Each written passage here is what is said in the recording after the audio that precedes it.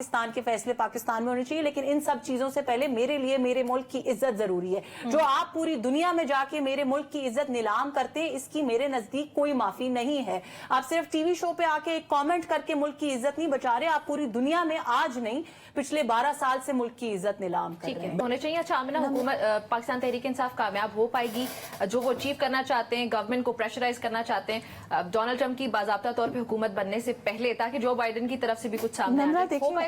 नम्रा देखिए, पहले बहुत जरूरी है कि हम डिफरेंशिएट करें। जो साद रसूल साहब ने बातें की कि आप बरखा दत्त से मिलते हैं, फलां से मिलते हैं, मोदी से मिलते हैं, ये वो वाली बातें हैं कि जिस तरह वो सड़कों पे नारे लगाए थे पीटीआई ने, मोदी का जो यार है। अब इशू ये है कि आप हमें डिफरेंशिएट करना पड़ेगा बिटवीन हैविंग गुड, कौन है कौन नहीं। No, we have to differentiate between having good foreign relations. आज भी नवाज शरीफ की यही पॉलिसी है, आज भी पीएमएलएन की यही पॉलिसी है कि हमें अपने नेबर कंट्रीज से, हमें दूसरे ममालिक से दोस्ती का हाथ बढ़ाना चाहिए, हमें ट्रेड ओपन करना चाहिए, हमें और बहुत सारी चीजें करनी चाहिए।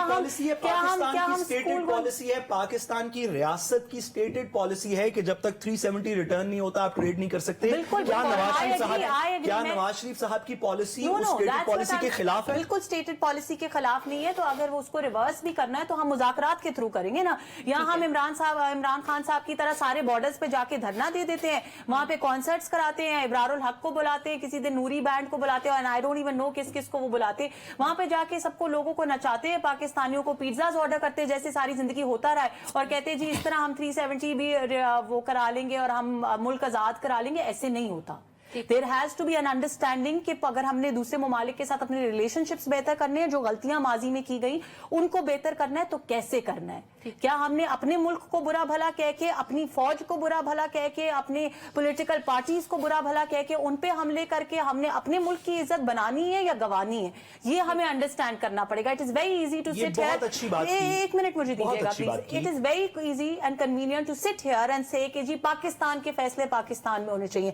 यस, पाकिस्तान के फैसले पाकिस्तान में होने चाहिए, लेकिन इन सब चीजों से पहले मेरे लिए मेरे मुल्क की इज्जत जरूरी है। जो आप पूरी दुनिया में जाके मेरे मुल्क की इज्जत नीलाम करते हैं, इसकी मेरे नजदीक कोई माफी नहीं है। आप सिर्फ टीवी शो पे आके एक कमेंट करके मुल्क की इज्जत नहीं बचा रहे, आप पूरी दुनिया में आज नहीं पिछले 12 साल से मुल्क की इज्जत नीलाम कर रहे हैं। मैं इसको थोड़ी सी गुजारिश करता चलूं, सॉरी, सिर्फ हाँ या ना में अपने सवाल का जवाब देना चाहूंगी। आमिना, हुकूमत तैयार होगी अगर तहरीक इंसाफ की जानिब से इस तरह के हरबे आजमाए जाते हैं? देखिए, इस तरह के हरबों का पाकिस्तान के ऊपर आपने कल वो गार्डियन का आर्टिकल भी मेंशन किया था। इट इज वेरी क्लियर कि पाकिस्तान गवर्नमेंट किसी किस्म का कोई प्रेशर ना लेगी, ना पहले कभी लिया, ना लेने का इरादा रखती। ठीक हो गया।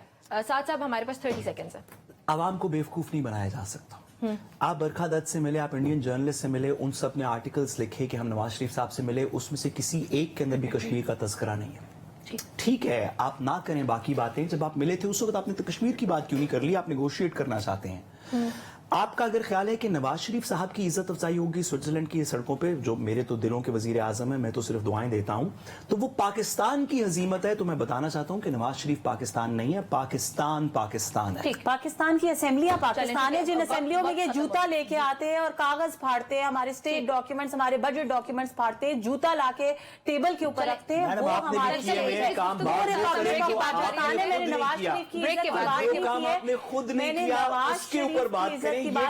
रोज करते हैं। चलिए ब्रेक के बाद जारी रखते हैं इस गुफ्तगू को। नाज़रीन, ये गुफ्तगू जारी रहेगी, हमारे साथ ही रहिएगा। अनफॉर्चुनेटली मैं ये समझती हूँ, मैं इसके ऊपर कोई मतलब कोई ऐसा डिफेंस मैं नहीं लूंगी जो कि जस्टिफाइबल ना हो। मैं ये समझती हूँ कि पाकिस्तान के अंदर इंटरनेट की बंदिश का जो मसला है वो एक बड़ा गंभीर मसला है, और इस चीज का हमें बखूबी अंदाजा है कि उससे बहुत सारे लोग, बहुत सारे पाकिस्तानी यंगस्टर्स स्पेशली, क्योंकि मैं समझती हूँ कि उनकी जिंदगी एक ऐसी रूटीन, ऐसे लेवल पे पहुंच चुकी हुई है जहाँ पे इंटरनेट के बगैर डेली रूटीन, डेली फंक्शनिंग भी मुश्किल है। हम आपके शो में यहाँ पे बैठे हुए आधी दुनिया में इंटरनेट पे देख रही होगी, हम लोग बहुत सारे लोग मोबाइल फोन पे देख रहे होंगे। तो इसके अंदर कोई दो राय नहीं है, और ना ही हमारा हुकूमत का कोई ऐसा मौक़िफ़ है कि इंटरनेट की बंदिश एक जेन्युइन मसला नहीं है। लेकिन हमें उसके अंदर ये देखना है कि उसके कॉस्ट बेनिफिट एनालिसिस क्या है, हमें उसके अंदर क्या क्या प्रॉब्लम्स फेस करने पड़े उस चीज़ों के साथ। और ये भी ऐसा नहीं है कि हुकूमत ने आज ये बंदिश लगा दी तो आइंदा आने वाले तमाम वक्तों के लिए ये बंदिश लगा दी गई है।